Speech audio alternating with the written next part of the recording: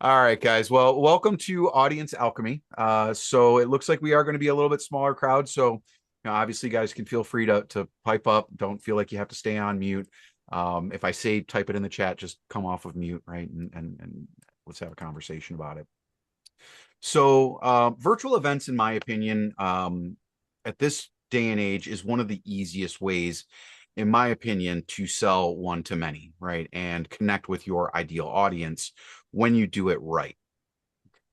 So that is one of the things that my company does. We are a learning and development organization, but throughout the course of COVID, we got really heavy into the virtual space and saw the value of leveraging it, both as a tool for educating, but also for business development, right?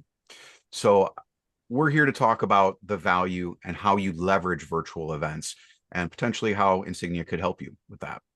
So we have a little over 2 decades of experience in the learning and development space. Insignia has been around for 17 years. I've spent about 20 years, 15 in corporate America and another 5 now running Insignia. And our main service is helping businesses to design and deliver virtual workshops, webinars, roundtables, and masterclasses that frankly don't suck most of the time.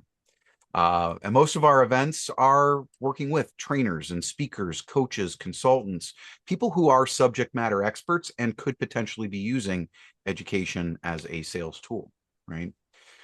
Now, those clients are typically struggling to manage the technology. They're struggling to fill the room. They're struggling to implement a follow-up strategy, right? So we help our clients to help with some of those things. And I'm not here to sell you guys anything today, honestly, other than a reason to potentially speak with me more when you're ready to do a virtual event, right? So if it makes sense to have that deeper conversation after today, obviously you guys all have my contact information and we'll make sure that you have it if you don't.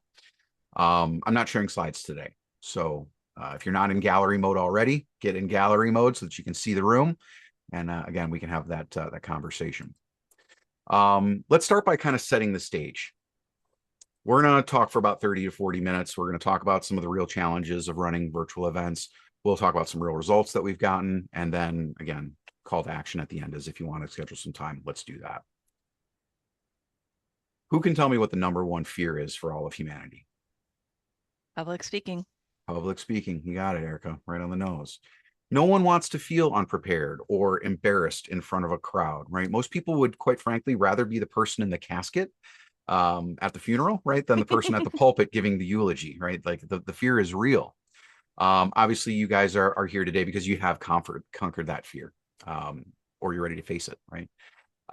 So what are you guys hoping that you can accomplish by doing virtual events, whether you're thinking about it or you're already doing them? What is the purpose or point for you guys?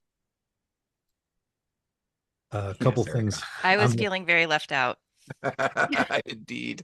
It is No Shave November, Erica. Right? So, You fit right in I now, have a Erica. really hard time with the facial hair, Don. I'm sorry. hey, I've got problems with the hair up here. So, I got to prove I can grow it somewhere. Sorry, Mike, you were saying? I forgot now. It's gone. That was good. Oh, I'm so sorry. I'm following that. That's great.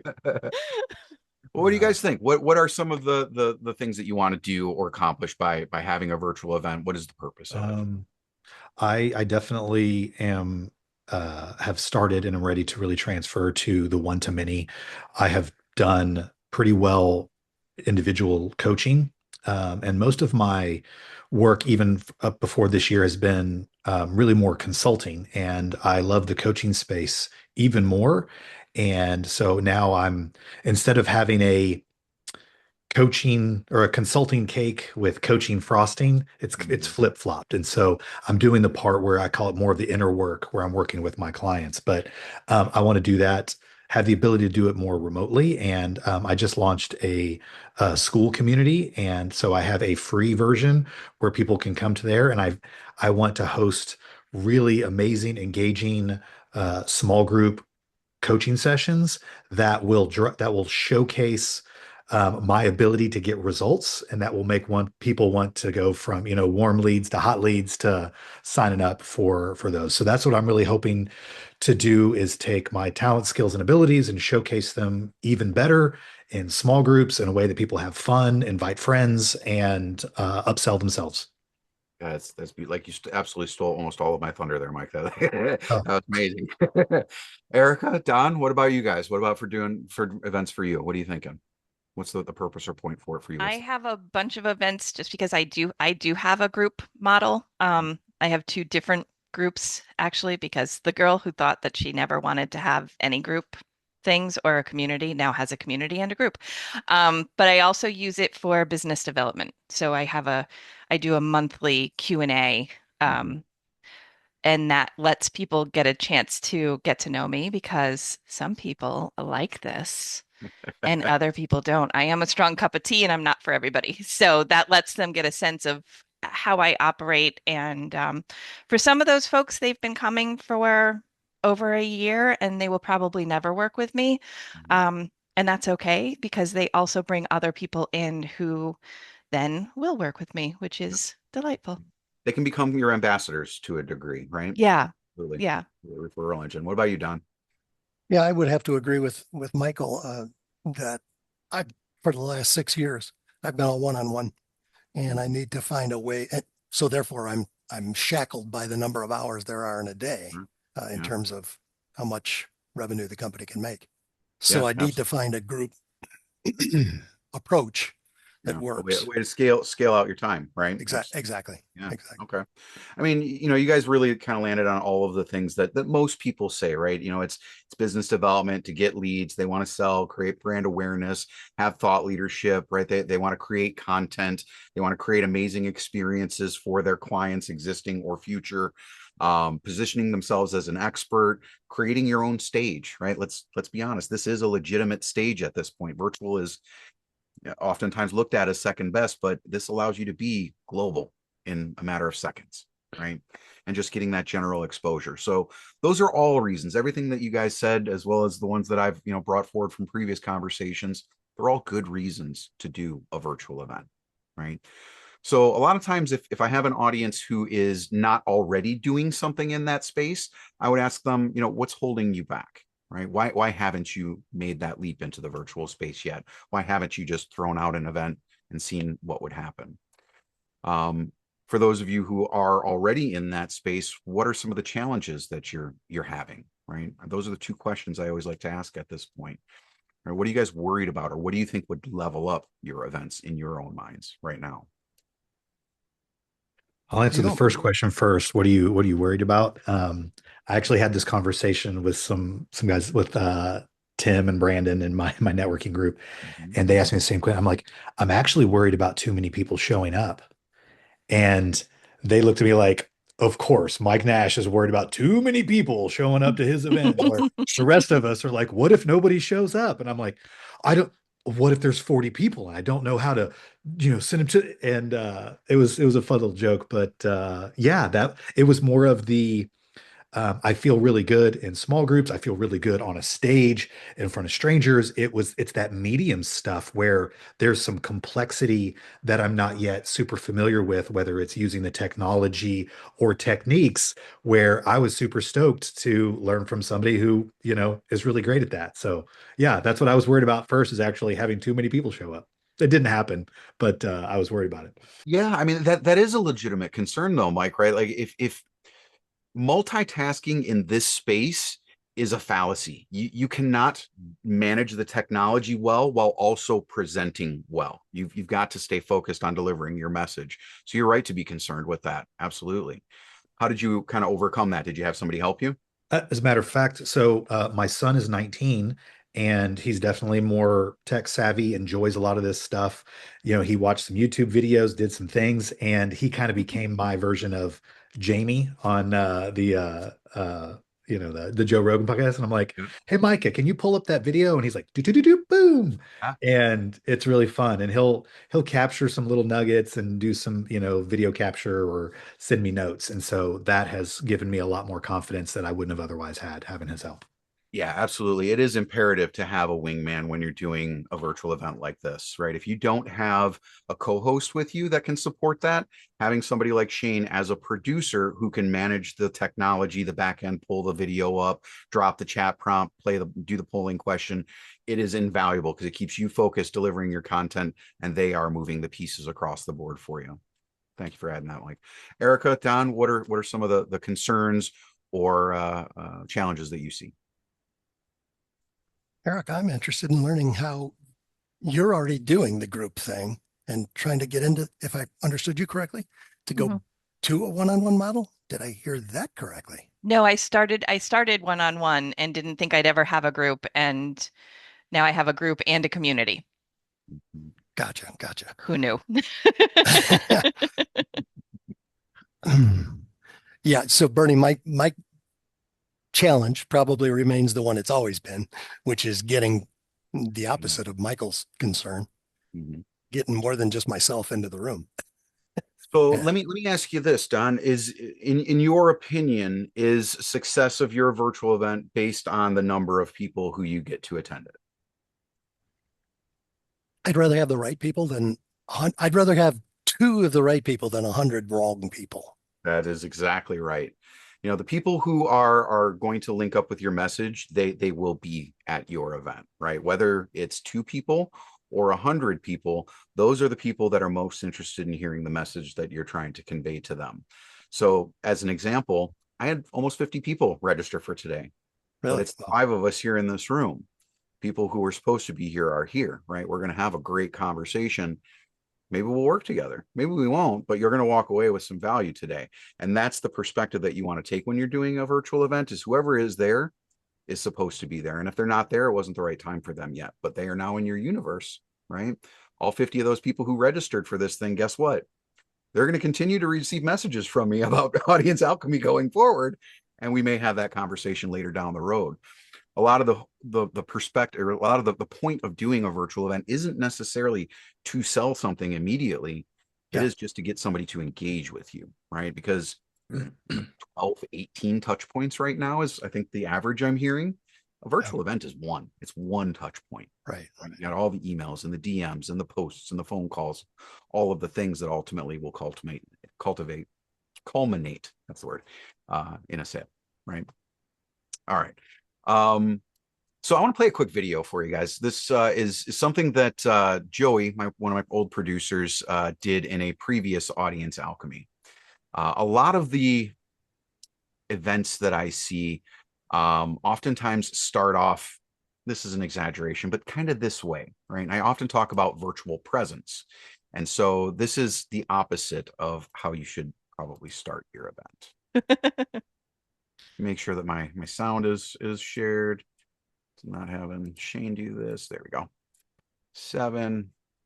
You guys are seeing Grace here on screen? Okay. So here we go. I've been doing this for years, but how many times do you come in off mute? Wow. Well, why am I upside down?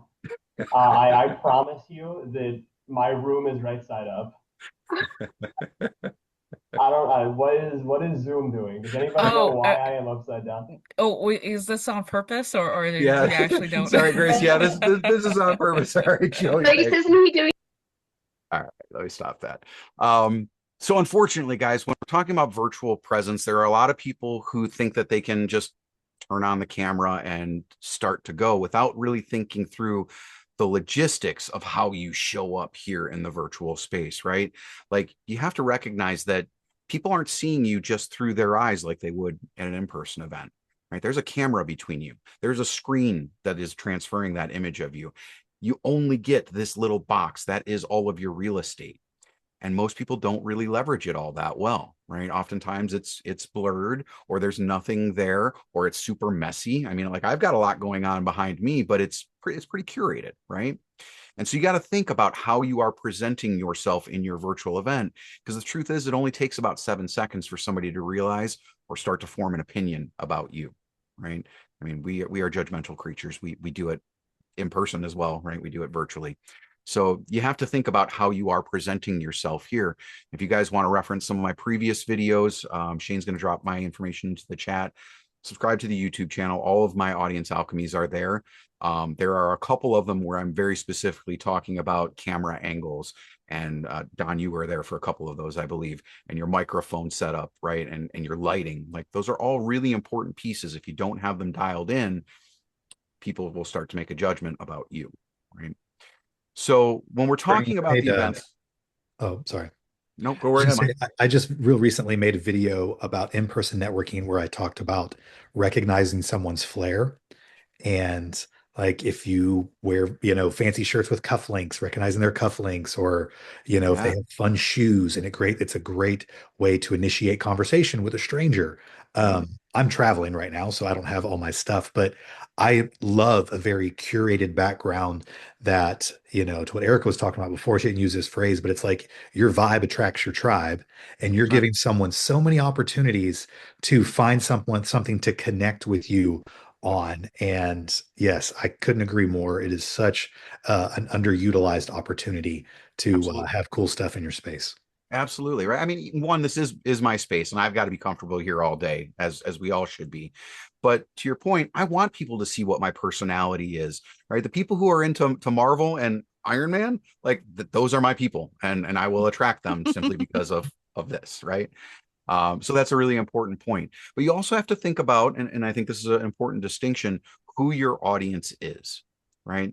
So I have multiple audiences. One is kind of the small business market, right? Solopreneurs, helping them do virtual events. But I also work with enterprise clients for some of my L&D work, right? So if I'm working with Johnson & Johnson or Ernst & Young, I'm probably going to change my background, right? Because I want to make sure that they see me in a professional light in this particular case. 'Cause I know that client. I know how they want to see me.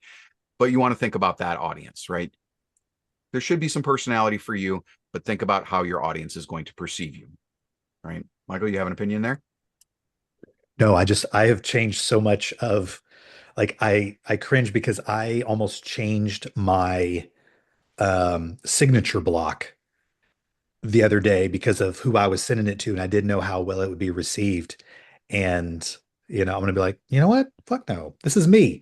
And but that's also this is a new version of me that I'm like super leaning into. So that's why it was just a little triggering where Yeah. I'm like, no, I know exactly because I used to be the chameleon.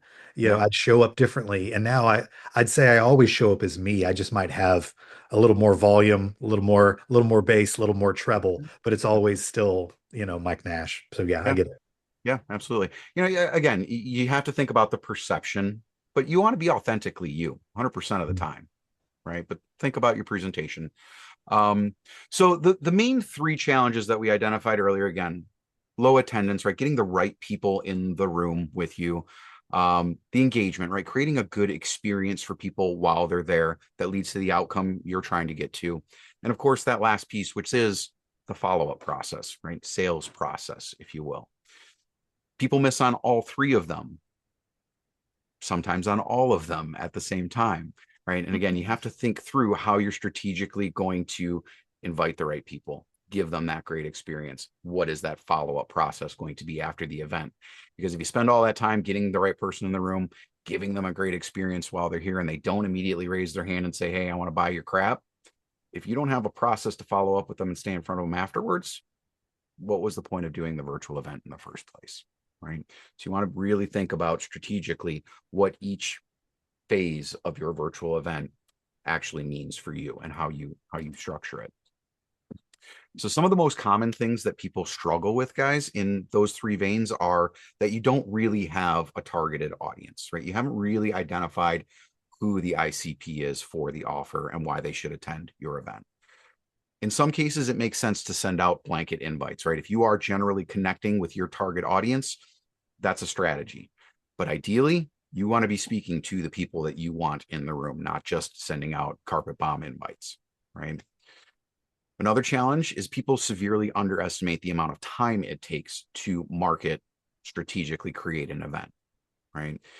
I'll talk to you guys in a second about how much time it takes, usually a first timer doing an event. The messaging strategy isn't really dialed in, right? There's no pre-event communication, there's no registration confirmation, there's no nurturing throughout the process leading up to the event, and again, follow up post-event. And then one of the biggest challenges that, again, my team and I typically solve is that the event is a dumpster fire. It's just poorly executed. The technology is over the head of the person who's running it. So when you're talking about all of those things, it can be a lot for any one person to manage. You know, Mike, you're lucky that you have your son who's a little bit more tech savvy and can help you.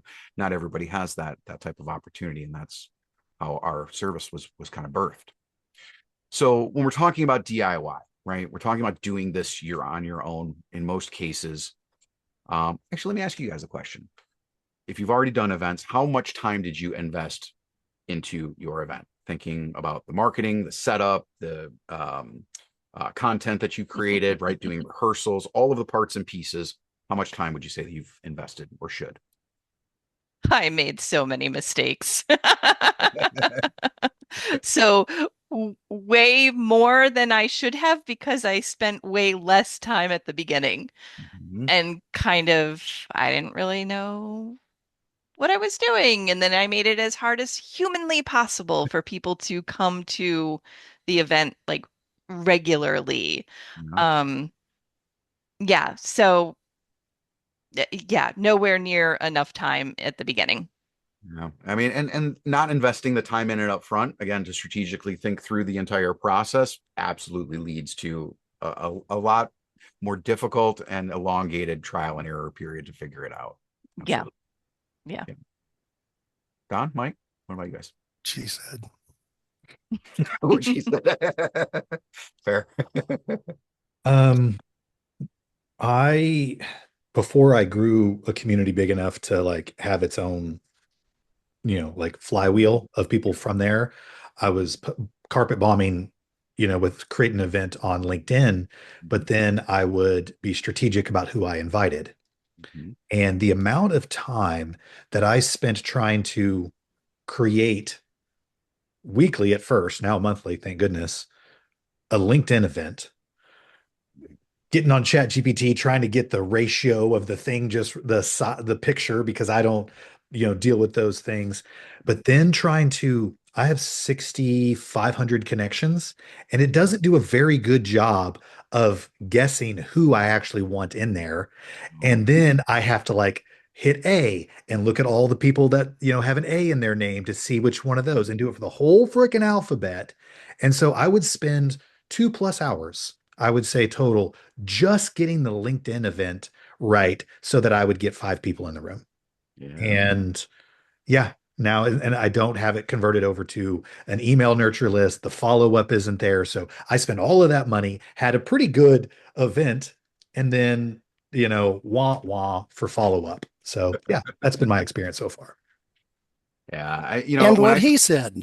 and what he said, you know, uh, Joey, my previous producer, and I, we went through and we looked at a bunch of events that we'd worked on, and tip to tail, front to start, right? Ideation, creating the Zoom event, the LinkedIn event, creating the messaging, right? The entire flow, it takes about 40 hours, give or take. It takes about 40 hours if you're doing it from scratch and you haven't got any automation or process set up yet. That's a lot of time. And if it doesn't turn out the way that you want, that's a lot of time ultimately wasted, right? So, I want you guys to recognize, and I think that you all do, it's not just about pushing the buttons, right? It is strategic in how you set these things up, or you risk not getting the result that you want.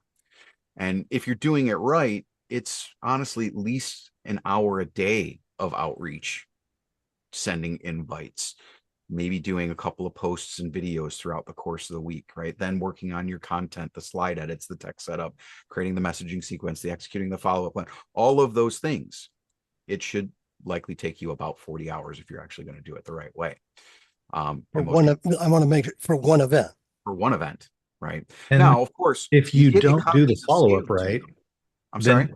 and if you don't do the follow up right, then it feels like you could have used that time better not doing a one to many. You could have just done one to one Just done the and done outreach. better. Yep. So that's why I'm like, I got to get that follow up dialed in, because then now you're going to get the ROI. So That's right.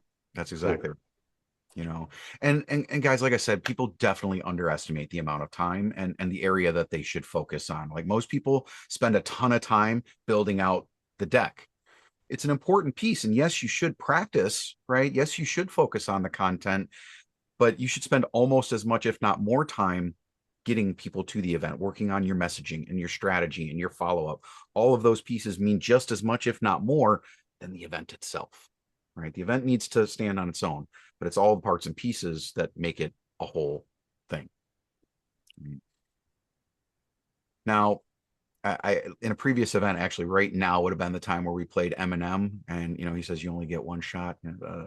Um, but the reality is you don't only get one shot. You might only get one shot with that one audience, but you can do another event every week, every month, whatever that looks like for you. And you obviously you can figure it out as you go, but as we just kind of said, that takes a really long time to do.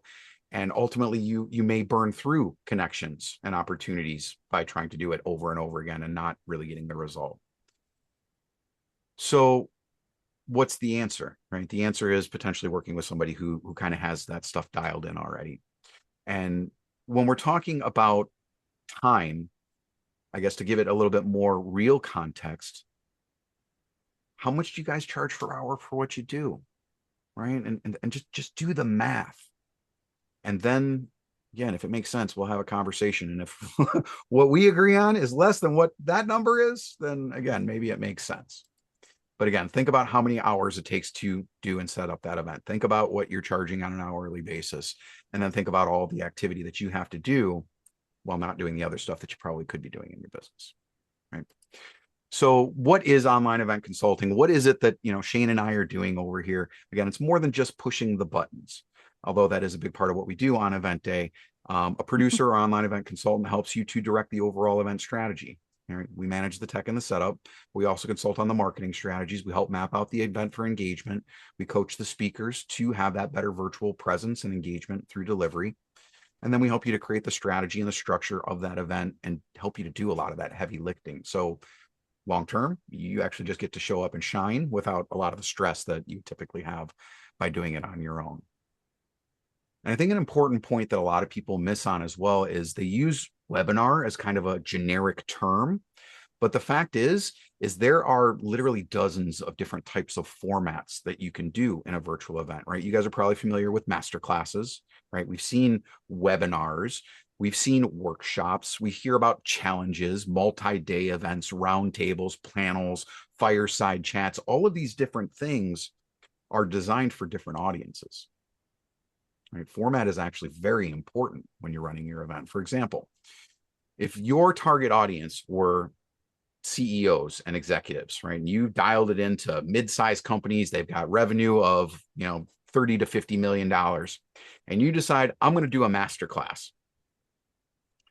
But the masterclass that you design is for frontline leaders in an organization, right, directly around leadership.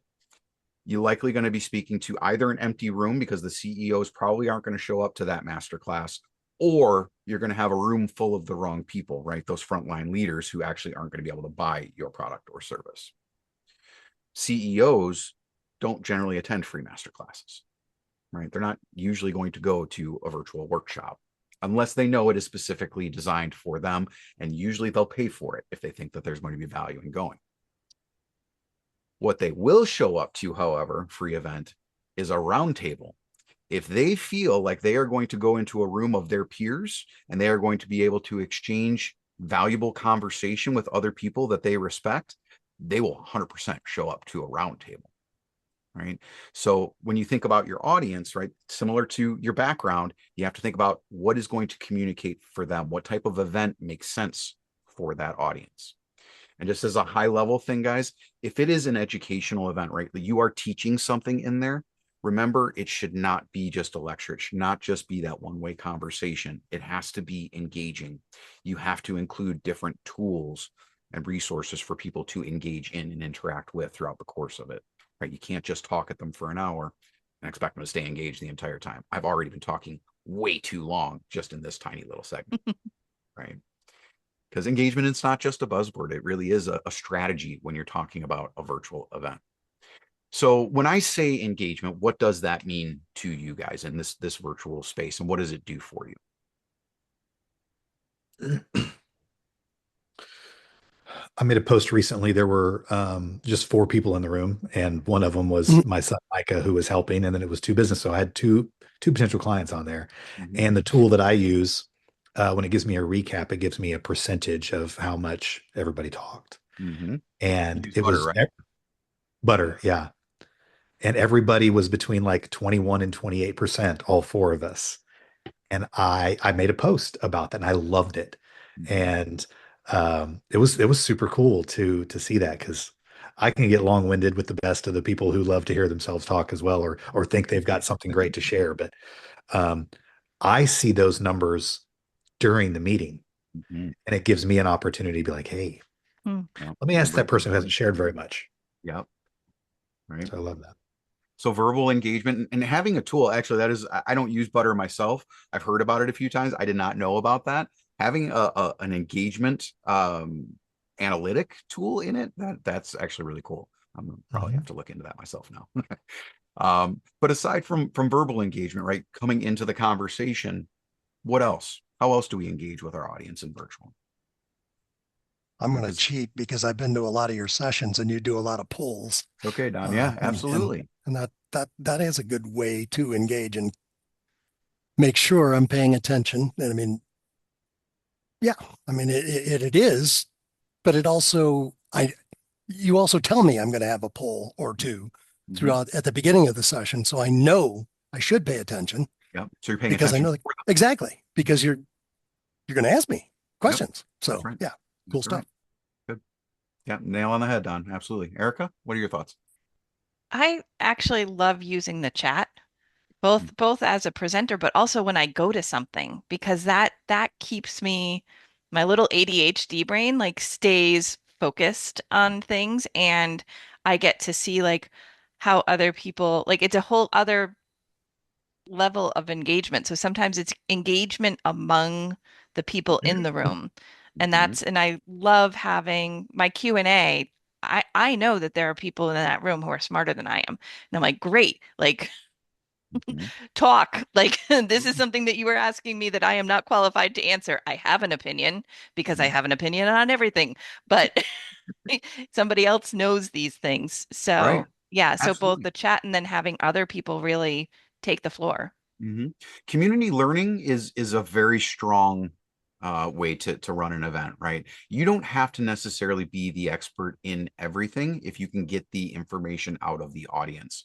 And honestly, they will typically have a more, I'll say it this way, they have more of an aha moment when they get to it themselves, right? As opposed to you telling them the thing. The Socratic method of adult learning. You got it. That's right, Mike. You got it. Now, I will say this, and to your point, Erica, right?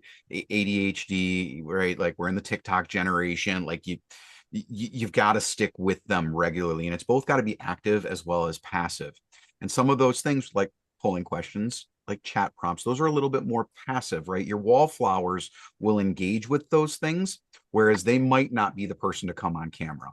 They might not be the person to come off of mute. But give them that opportunity to passively engage with you. You know that they're still there and paying attention. They know they're still there and paying attention without them ever having to show their face or come off of mute. We prefer that, of course, but it gives them the opportunity to do so as well. But when we're talking about attention, right, every 5 to 10 minutes in your virtual event, you have to have them engage. And the reason I say that, in case you guys have missed some of my previous ones, Don, I know that you've seen this one. I work from 7 monitors here at home, right? So that means if I come to your virtual event, I have Zoom or Butter in your case, Mike, on one monitor. I have 6 other monitors that could potentially become a distraction for me at any point, right? I got email, I've got Teams, I've got Slack, I've got Facebook, I've got a baseball game on this one, I've got my security camera on this one. Like there's a lot going on here. And all it takes is one message, one DM from somebody that I care about, that I want to hear from, and I'm not tuning into you really anymore, right? And so we need to get them out of that mindset, off of those other things. And you do that by leveraging the tools here, right? The polling questions, the breakout rooms, thoughtful chat prompts, right? You can actually create real connection, even again with those wallflowers and even with those people who have ADHD, if you keep them regularly engaged. And again, it doesn't always have to be come off of mute, share your thoughts, right? Sometimes it's just clicking a button. But that connection, that engagement ultimately drives action. Right? And a well-executed event doesn't just deliver information. You are engaging with them, and that begins to bridge the know, like, and trust, which is the whole idea of doing this, right? Get them engaged, give them a sample of who you are and what it's like to work with you. And then hopefully, again, if you have that follow-up strategy in line, that leads to some deeper conversations about actually working together. But engagement starts before the first person even registered. Your posts, your DMs, your emails, your whole messaging strategy and networking conversations you have leading up to the event, right? The event experience begins the moment the first attendee is in the room, but the overall experience starts well before you ever open up the Zoom room. John. How long in it, how much, how far in advance there? I finally found English. How far in advance do you start talking about an event? So I typically set up and start to market an event no less than 30 days in advance. Usually around 45. I like to give myself the biggest runway as possible, right? To Mike's point, you can only send so many invites out on LinkedIn in a given week, right? So you have to give yourself a little bit of runway to do that. And you want to have the opportunity to nurture conversations as well. I've seen some success with people who are doing kind of pop-up with just 2 weeks or even 1 week. Right, they have a pretty engaged audience. Like Mike, as an example, you would be probably could do that. You could probably fill a room in just a week or two because you've started to build an audience already, right? You have kind of that flywheel. I feel that in most cases, more than 30 days out, unless they are like hardcore fans of yours, people are less likely to commit, but they like to see it. Mm-hmm. So I've noticed that if I give myself, 4 weeks to a month of notice, the majority of the commitment happens a week out. So I have had some where, I'm 10 days out and I can do an in-person event and have a good one. But yes, that's just what I've noticed with my own, not just events, but how I respond. I'm like, ooh, there's the law of like, if you commit to this, you can't commit to something else. And people are like, I want to keep my options open. So I like the notice, the reminder, and that's, Facebook does like the maybe, maybe I'll attend. That's very powerful. And then if you also get your supporters to click maybe, it gets some engagement going. So there's a play. And then I always plan for, less than half to show. Yeah. So. Yeah, I mean, quite honestly, if you get a 50% show rate, you're doing freaking amazing, right? If you have 20% show rate, that's about average. Yeah, like that's about average.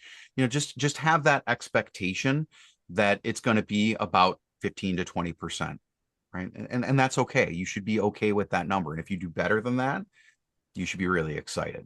But obviously, you can move that number up by engaging with your audience leading up to the event, right? If you do set it up 30 days in advance, there's going to be a messaging sequence leading up to that. You're going to have follow-up messages, pushing the registration, right? Making sure that they stay engaged, giving them a lead magnet of some kind, right? There's got to be touch points leading up to it if you're going to do it that far in advance. And again, that is my preferred method. But if you have the audience, to Michael's point, and they're really engaged, a week to 2 is probably enough. Thanks. Yeah, you bet. What's everybody's opinion on recordings and making sure those are available later? I'll let you guys answer first. What are your thoughts? My tool, if you give the email, you're going to get an AI summary automatically. If you just request it, and it'll be in there. I get a full transcript and a video built into mine. And I will then often drop that into my CRM.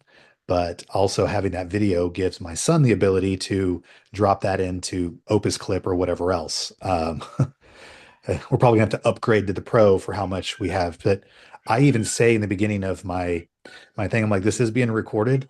I'm not trying to showcase anything about you or your business, but just in the off chance that something brilliant falls out of my mouth, I want to make sure it was recorded. And so that's the chuckle that I get. And I let them know that, hey, this is a way that I'm going to be encouraging other people to get engaged. So yeah. For me, it Excellent. really depends on the event. So my monthly Q&A, I don't record. Um, and very purposefully, I don't allow note takers. I don't do any of that. And part of that is because I want people to feel very, very comfortable asking questions so that they don't feel people feel stupid when it comes to writing for publications because they don't know things that why would they know?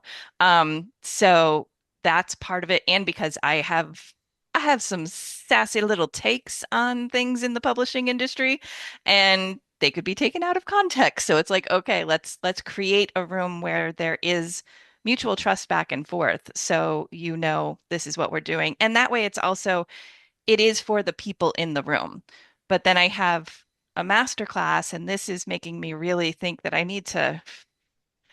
can treat my Q&A the way I treat my Q&A.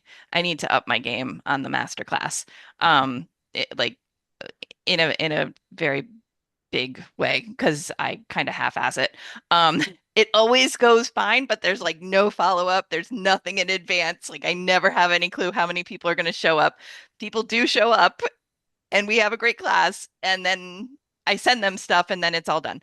Um, but that one I do always record, and that one also goes out to folks who registered but weren't able to attend. And I always go back and forth as to whether I want to send it to people who registered and didn't attend or not. Yeah, I kind of like Mike's idea is just to get, if you would attend and would like the recording, you get it. But if you didn't attend, you get uh, Summary. Yeah, the the summary. summary only because, hey, dude, make a commitment and Yeah. I think there's a couple of avenues here personally. I think, one, if you choose not to record it, it does create some exclusivity, right? There's a reason to attend. If you want the content, you got to be there in order to get it. But I think that there is more value on the ability to reuse that content, right? One, it is a potential additional opportunity for you to reach out and provide that recording, start a conversation with people.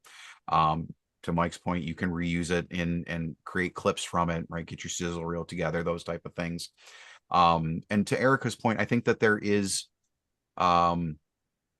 it's important to know the audience that you're working with again and the content that you're delivering. I mean, you've been to a couple audience alchemies. You've also been to my Let's Talk About Suicide event, right? This type of event, Audience Alchemy, this is something that I am more than happy to share publicly. But when we do the Let's Talk About Suicide event, that is oftentimes very deeply personal for people. And frankly, it is for me, right? So you have to be conscious of that, right? And to make your decision from that perspective, I think is the right way to do it. If there is ultimately uses for it, then, if you can make a case, then I would prefer to record it, even if you don't ever share it. All right. So I guess we're kind of to landing the plane time. I hope the time has been valuable with you guys today. If you found a nugget or two useful, or maybe got confirmation that you're doing the right things, then hopefully that is value you can take away. But if you feel like a further conversation makes sense, I would love to have it with you. So Shane will drop the link into the chat. Feel free to schedule some time. But whether you're actively planning or just thinking about it, Don, wherever you guys are at, I'll meet you where you are, and we'll figure out what the best course of action is to move forward. Right, get you guys the best virtual event that you can have. That said, I'll open it up to any further questions, comments, concerns, or angry outbursts that you guys may have at this point. you just confirmed that I ain't doing the right things. Did you? Well, you were you were in the former, right? You picked up a couple of nuggets from today. Yeah. There you go. I kind of got some confirmation. Wasn't anything you said, but just like with context, it kind of did that for me where I took the lead from Tim Berry about, oh, I'm going to do this thing every week and whoever shows up. And really, it was also just about me getting the reps and getting confident. But I realized how much time I was putting to create the event to only have a few people. And so now I'm creating a little more exclusivity. By that's going to be a once a month now for the free. But I also have enough people paying for the higher end stuff that only the people who pay for my groups are getting the weekly stuff. And the free is now, but so now I can create that one event do it a month out, 3 weeks out, promote it once or twice and say, this is your only chance. Because I've also noticed when something happens more often, you're like, oh, I'll catch the next one. That's right.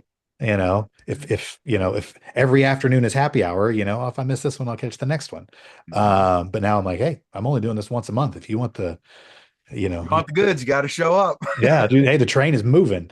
So that had felt good to me. So now just kind of remembering how much time and effort it takes to put on something like that, make it a little more hard to get.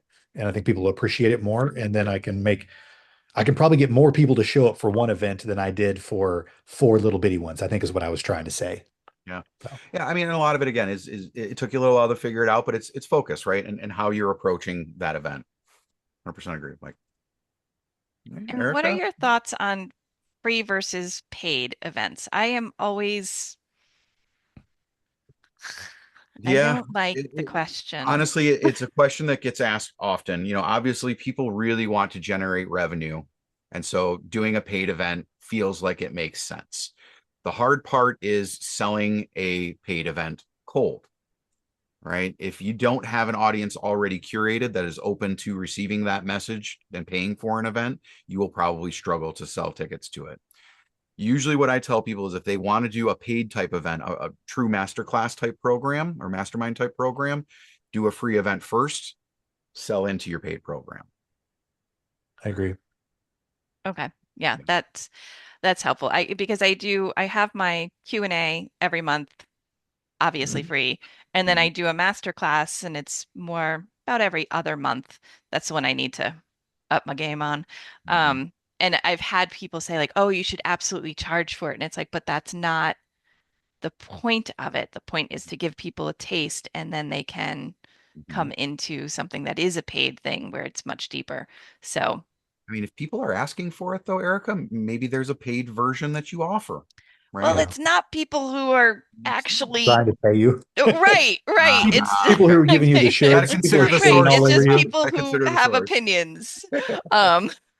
Erica, I do both. I have the bottom up approach of give stuff away for free, find warm leads, and they can self-select, or I can have a conversation and move them up, tiers. And then I also have, and I'm talking to somebody and I feel like they're an amazing client, an opportunity for the top thing, and we'll work our way down to wherever they feel comfortable. So there's a methodology for each, and yeah, I think there's a way to get that dialed in. Oh yeah. Absolutely. Yeah, that's one of the things that I'm playing with is for the community having certain events that are free for the community, but if it's anybody outside, they're paying like $50. So it's like, what okay. platform are you using for your community? Heartbeat. I don't know that one. Okay. I'm new to the community thing, and I jumped on School because I'm a Hermosi fan, but I'm a big fan of that one and how I have the ability to move people up in tiers or down in something. So it's really cool. Yeah. What I like about a lot of the communities is one, yes, you have the community aspect, but there's also the training aspect. You can put courses in there and create asynchronous learning for your audience, continue to provide value, and you really don't have to engage much more than you already are, right? That's evergreen content that people can engage in. It's also a great way to have like your equivalent of like an FAQ. People ask you the same thing over and over again. You're like, oh, you need to go to episode 37 where I break this down in detail. And now you're buying back your time. They're still getting the value. You can go do the next thing that only you can do. So that's what I'm digging. That's what Mike and I are building out for ours, and making it kind of infotainment, but a way that's just a library of good stuff. Nice. Awesome. Don, any closing thoughts from you, my friend? Oh, dude, we got to talk again. You know how to get a hold of me. I I am available for you guys at any point if I can be of support or service to you in your virtual events or just in general, because you're all great human beings and I love you. Don't ever hesitate to reach out. Thanks, Bernie. Thanks, man. Thanks, You're Bernie. very welcome. All right, guys. You still are. We feel the same. Dr. Mustache, not Mr. Mustache. Come on, buddy. I got an honorary degree from Dono University. You did, brother. You did. Nice. All right, guys. Enjoy the rest of the day. See ya. See ya.